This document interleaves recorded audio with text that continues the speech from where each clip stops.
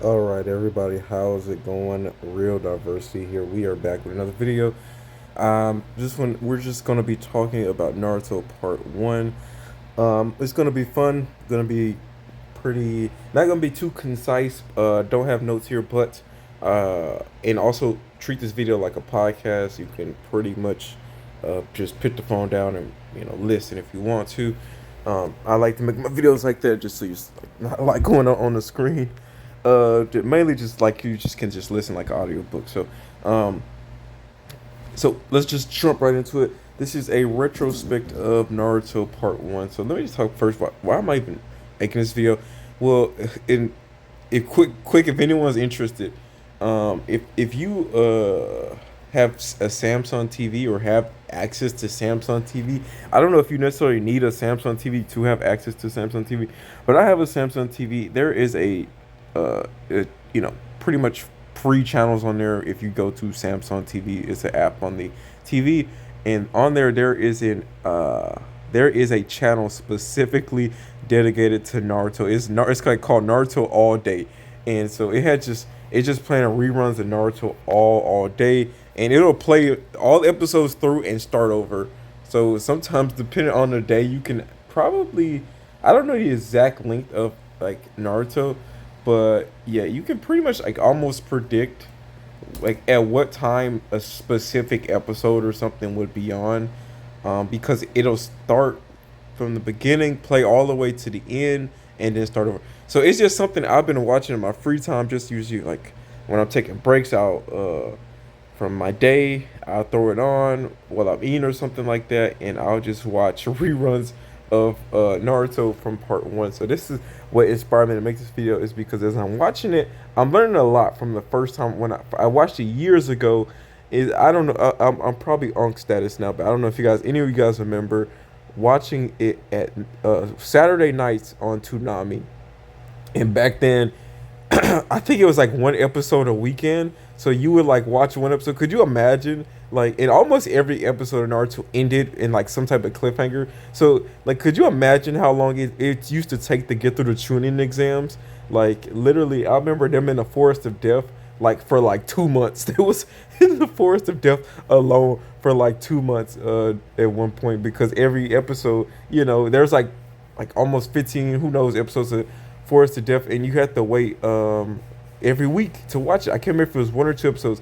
Me and my brother, we would watch it every Saturday night on Toonami, and I think that's how a lot of people, at least in my age, got into anime or at least knew about it. So that, and also we had used to have some older friends that used to like animes, which was interesting that people in their like late teens would have been interested in anime in like the early 2000s, because anime would have been so hard to really get. So you had to be a super nerd back then to really know, to really have had like going out your way to have like Naruto and that type of stuff. But, or you could have been a gamer. That's the other big thing. Game, and I'm thinking that too. Most of my knowledge from Naruto Part One came from me playing the Naruto games. So I've seen most of the episodes at that time when I was younger. But also, there, you're watching it every weekend on cable. You may miss episode. At the time, I wasn't always recording. It was later on that I would record some episodes, but I wasn't always recording episodes. So if I missed episode, I didn't know what happened. Right? They would have a quick like review the next like episode. So maybe if I just missed one, it wouldn't be too bad. But if you miss an episode, you miss an episode. So most of my knowledge came from actually the video games. The video games would go through the story and that type of thing. They had story mode. So most of my part one knowledge came from video games, watching it is in on Toonami and so on. And later on, just listening to ranked videos, all that stuff. So I have a pretty good grasp on the Naruto books. And by the way, we're not gonna be talking about like anything manga specific. We're not gonna be talking about no date. We're not gonna be talking about any like power skill and stuff like data books. I'm gonna say we're not gonna be talking about nothing super in depth here. We're just gonna be talking about the core concept of the story here. So let me jump in. I've done enough yapping. Sorry, I just wanted to get that quick brief intro out. So I want to start about the world building in Naruto first. The world building is really, it's interesting, and for part one, I'm looking at this again. This is a retrospect video, because I'm looking at this through the lens of already seeing the end of it. I've seen the full series. I've seen the full show. So I'm looking back. I've seen these episodes, and looking at hindsight, it's like, okay, I see there's a lot of things here that like he was doing, Kishimoto specifically when I say he, that they was planning and things like that. So I just want to just touch back on things like that, and he expanded on a lot of things later on. So world building is the first thing. First of all, like there is a, and I'm gonna talk a little bit about the filler too. Is filler is not really in the actual story, and so really in the show, the original part one show, and I'm mainly focused on the show again. That it starts with, it starts the beginning. We know the beginning and to the end. So it really ends when Naruto gets back after failing to rescue Sasuke. That essentially is where the story ends right there for part one. Now, if you watch the anime, there's a bunch of filler afterwards, and that filler is almost irrelevant because not irrelevant, because it does show a few. It still touches back on a few things. Like the very last episode of the filler, it is like it's an episode with like almost everybody except Ten, of course. It has like everybody except Ten, including the Sand Ninjas and everything. So it kind of touches back on Naruto and Gar's relationship and how Gar feels about Naruto. It touches back on that, and also touches back on it pretty much just touches on a lot of the like relationships like Tamari and Shikamaru. It touches on that. It touches on Sakura being like doing medical stuff. So it touches on stuff that was already, if you will, hinted at, in like right like before, in during the main series. So it really, a filler doesn't do too much. Naruto does absolutely no growing.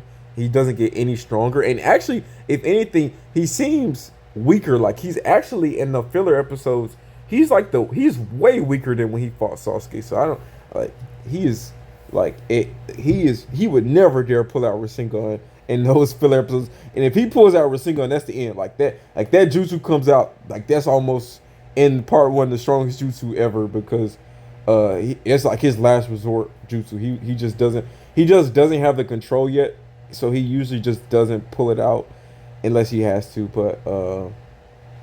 But yeah, so the filler is really off. Like I'm not gonna touch too much on it, but I will touch on it because it's kind of funny.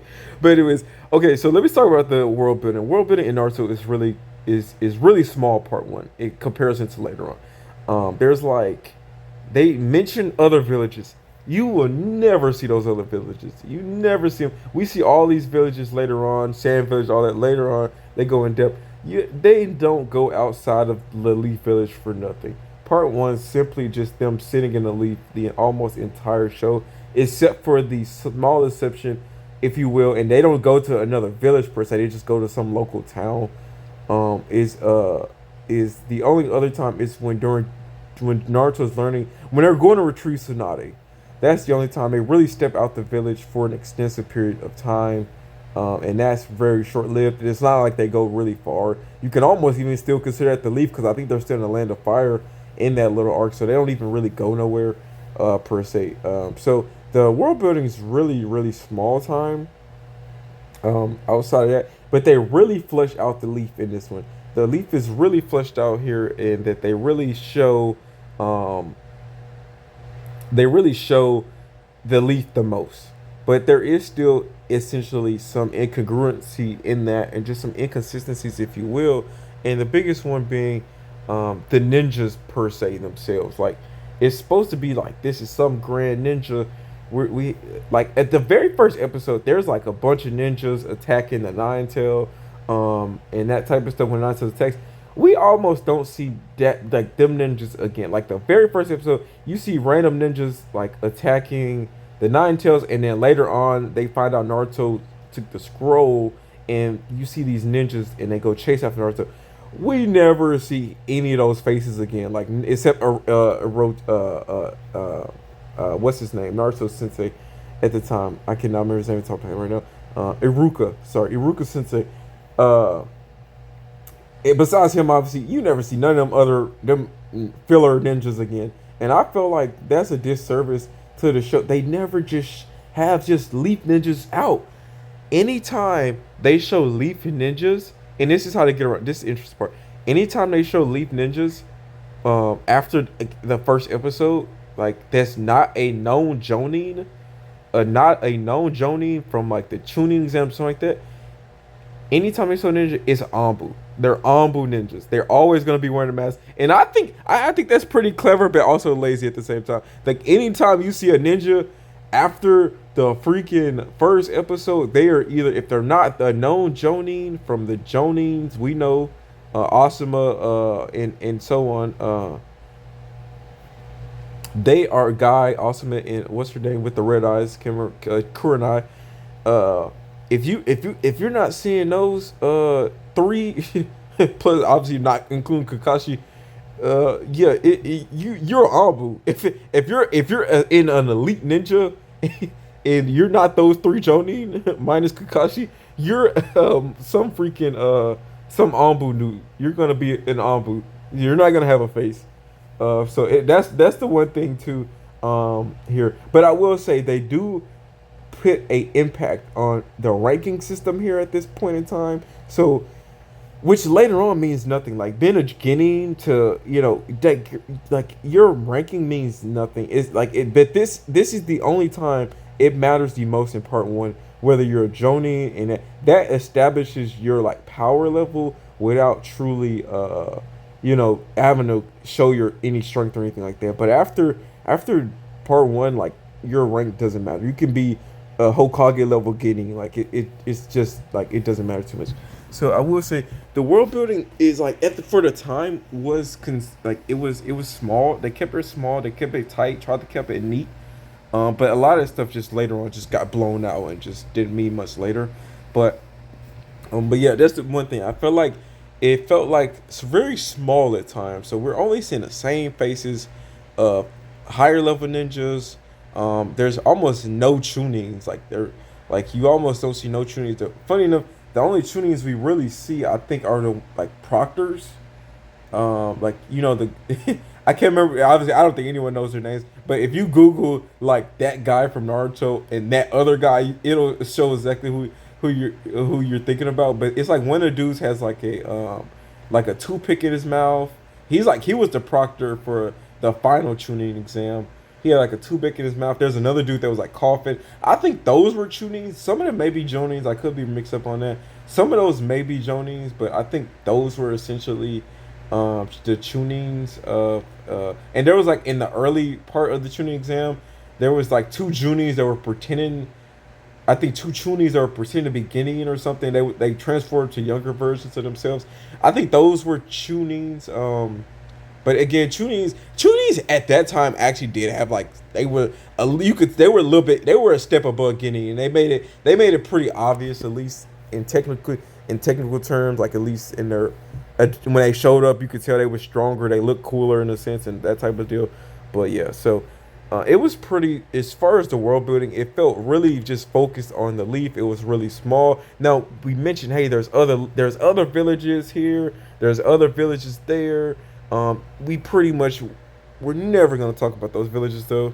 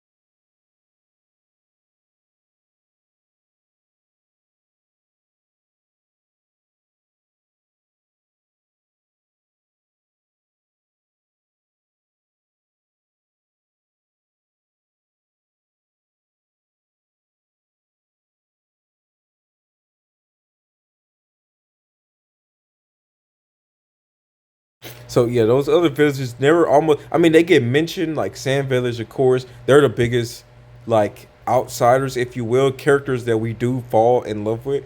But outside the Sand Trio, we almost never talk about anything else. Now, again, yeah, as far as world building, that's pretty much it. Like we're focused on the leaf.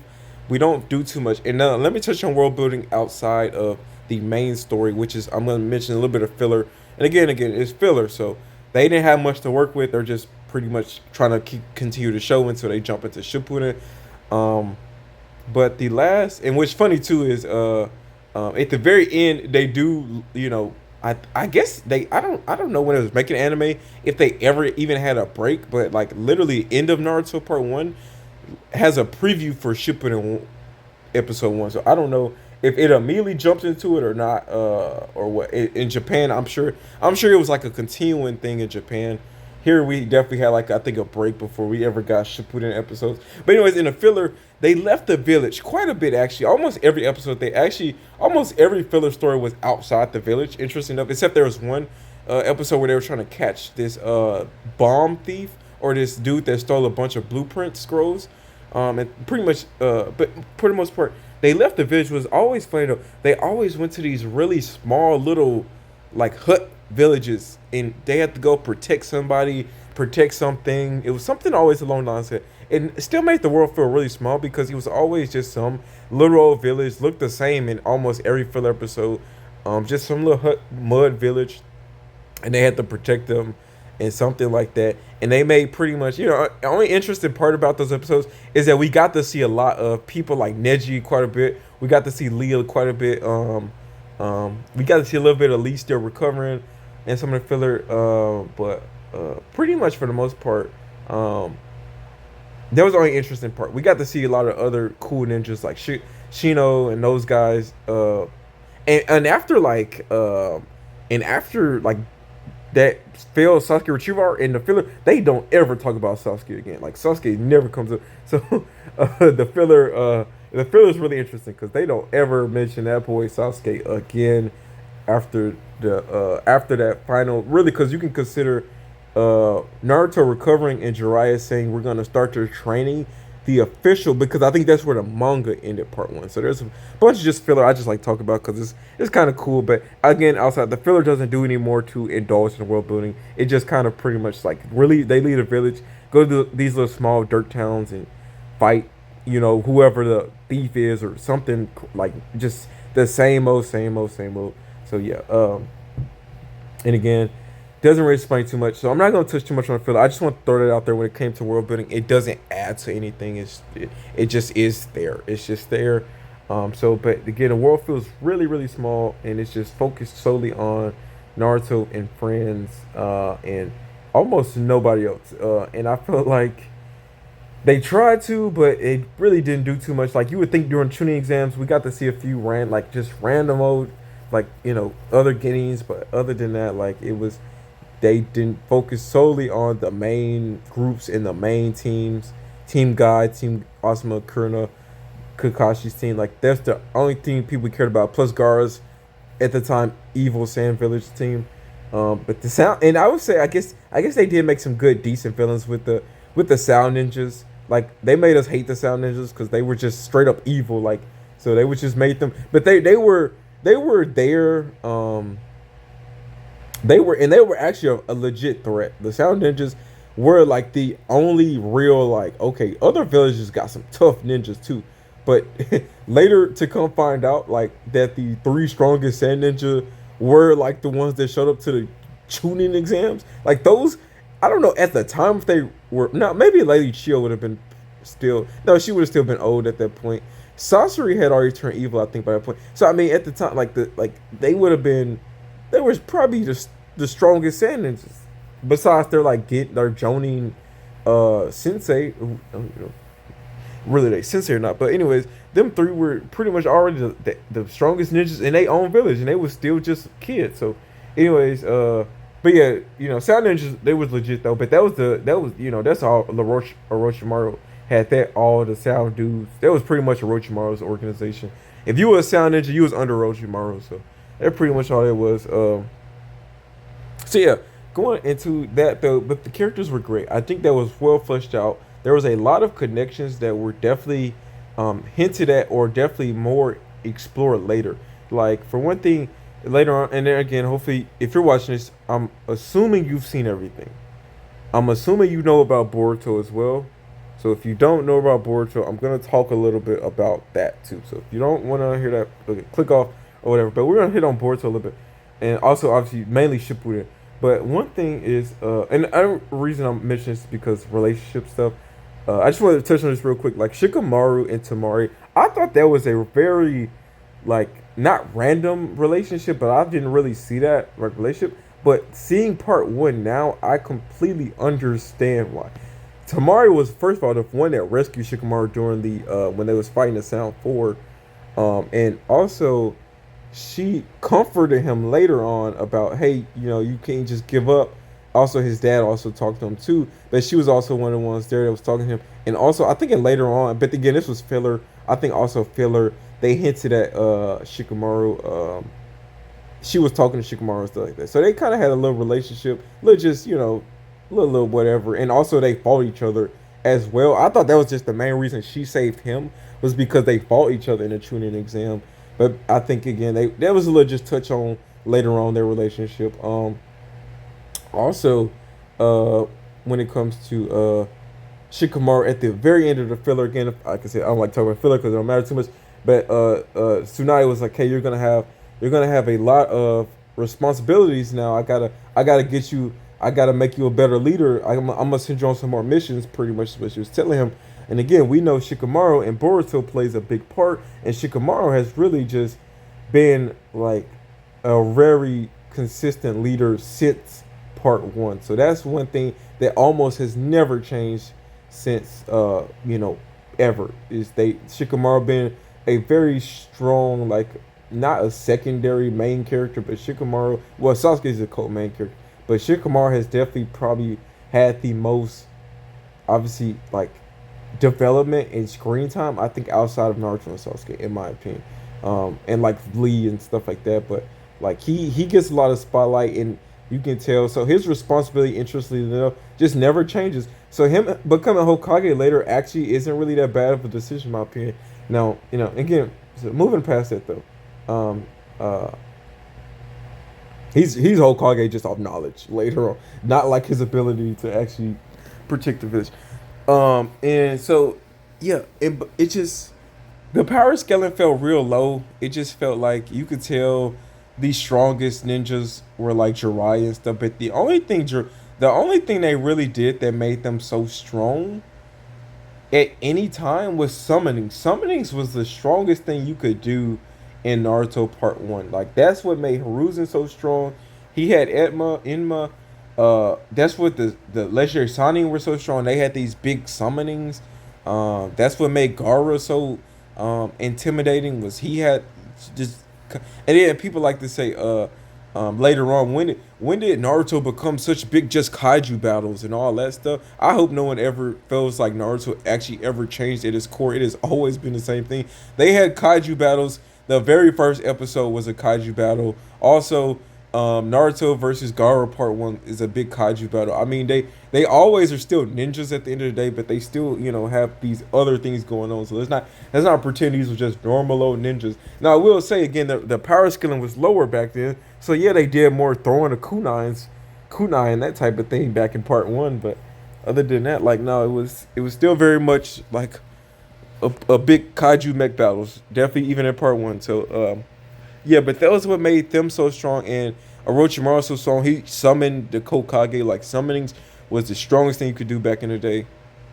Was summon some big crazy monster or animal. So, yeah. So when it came to power scaling, it was pretty low scale. Pretty low scale. And I think I'm not going. I'm gonna make a rank video later on. But yeah. It was some characters though.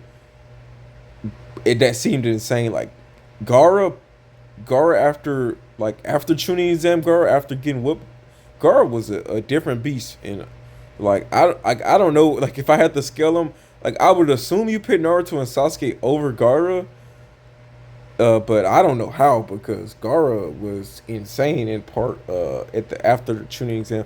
This man learned some new techniques. He was able to literally shift the battlefield and make it a desert. Like, come on, like he literally was he did a sand tsunami where made the whole arena a desert. Like at that point, no normal person is like should be able like no like if you're not Hokage level, I would imagine even Kakashi would struggle. Okay, got interrupted there, but I think I'd even imagine Kakashi struggling against Garo.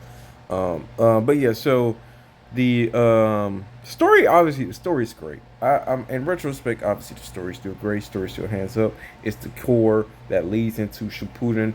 I'm just really trying to touch on other things that aren't related necessarily to the Zack story.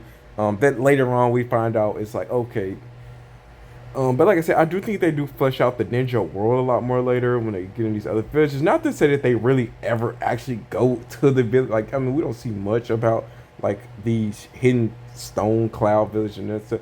We don't see much. I know like almost the first part of part one is them going to save Gara, so they're in the sand village pretty heavily in that. But outside of that, we really that's about as much fleshing as we really do. When it comes to that, I could be wrong. But as far as the other main villages, they don't touch on them too much. Obviously, except for the Shinobi Alliance, is when we really just kind of get to see a big congruent of ninjas. Um, but yeah, so I feel like story's great. I'm not gonna talk too much about that. So, just kind of touch about everything in retrospect. As far as everything else, character wise, again, I feel like if they were gonna just go ahead and kill off certain characters, if Lee was supposed to go ahead and die or whatever, like Neji was supposed to go and die, like let those characters die. I am glad that they stuck around. It's good to have episodes. I always love seeing Neji. I still don't know why he had to die of all people. I love seeing guys like Shino show up because Shino was just a lead at the time. But again, and I'm not gonna talk too much about the filler because the power scaling went way left field in the filler. Like in the filler, they pretty much make like everyone almost as same base level. Like Neji and Naruto could fight evenly against the same opponent. Like it's not no real difference. Like in those fillers, so I'm not gonna touch too much about that. And then again, Naruto pretty much seems like he's weaker than he was when he fought Sasuke. So probably he even seems just as pretty much at but again they don't grow too much besides learning a few new jutsus. That's pretty much the progression of Naruto's character anyway. He doesn't really do too much growing stuff besides just learning a few new jutsus and that type of thing. But I feel like that some of the elite ninjas make a like they seem to have other things going on. Like and another thing too, Kakashi obviously we know Kakashi grows a lot stronger later on. But Kakashi's an interesting character here too because Kakashi is pretty much like behind the Hokage, like the strongest Jonin in the village. Like besides behind the Sunny, behind so, but they make him pretty much like they use him as a punching bag for other characters like Zabuza. Which again, we know later on that Zabuza really is a legit threat because Zabuza is a legit highest level Jonin because he's able to fight Kakashi on par one Kakashi anyway, and so on. And even later on, he's still pretty much I think no different. A bunch of ninjas when he gets revived, so we know he was like the real deal. Um, so so no slander to that because Zabuza was supposed to be a high level opponent. Itachi shows up, no diffs, almost four Jonin, so that immediately shows a big power scaling difference. And then they to elaborate that even further to show the difference in strength between Jiraiya and the Sani, for example, was that Jiraiya was able to no diff, if you will, the like Itachi and them, even though those guys were able to beat up on Kakashi no. So yeah, those the Ikashi guys are super S rank. They elaborate that, they show that, they do a good job of fleshing that out. But again, we don't really even know like how much about them at the time, except that one of the members is Itachi's. It was Sasuke's brother. That's as much we know. This guy Itachi's super strong, pretty much. Is on par with like Jiraiya, if you will, and we know that pretty much the Sannin are Hokage level because Orochimaru beats the third Hokage. So again, they do a good job, kind of showing a bit of the power scaling here. I think that's pretty consistent even later on. Itachi's still really insanely strong narratively later, and so I think they do just a really good job of showing that and having a good build up on him.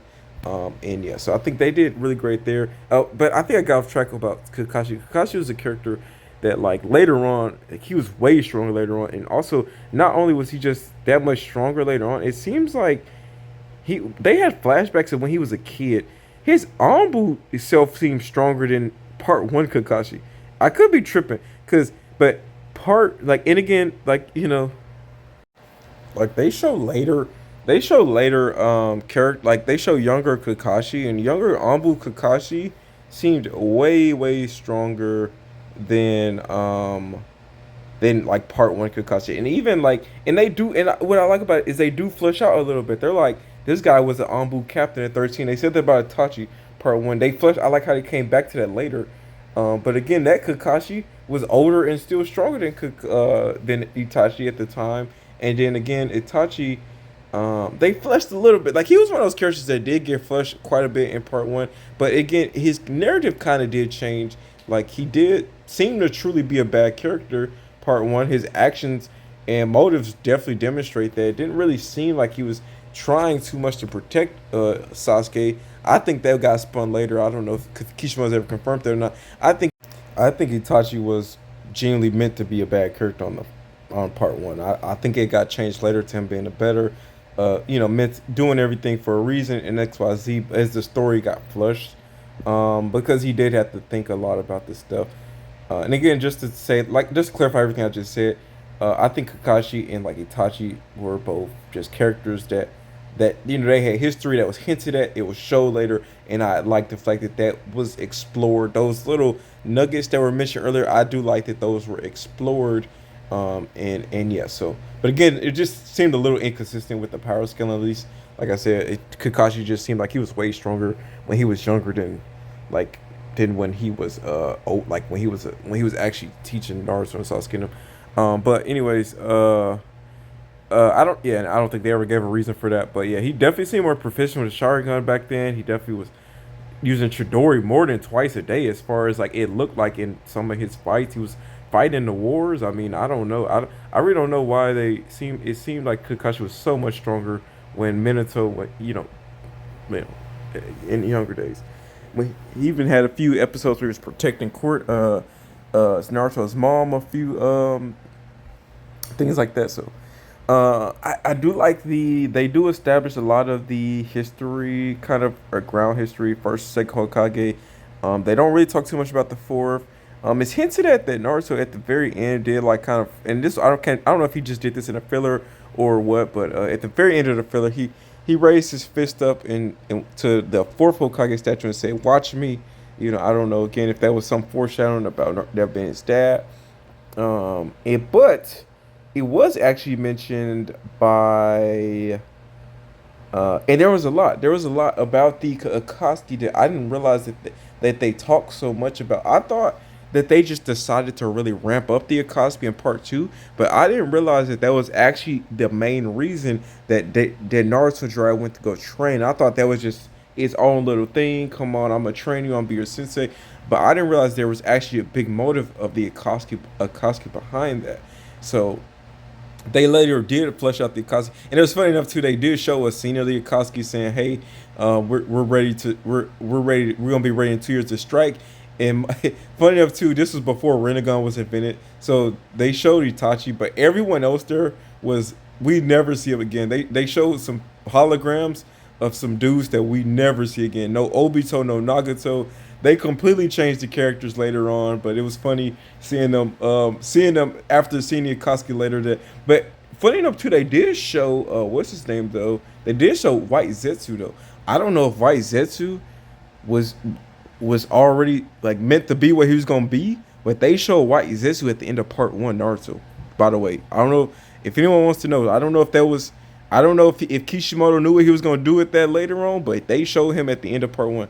So again, White Zetsu, So they did some characters did reoccur again. Kisimoto, Waizetsu, Itachi, Kisame. I think I said that wrong the first time. So yeah, a lot of them came back. The story was good. I think they there was just a lot of things that I like that they hinted on that they came back to later, and other things that were just more fleshed out. Like there was one scene in particular.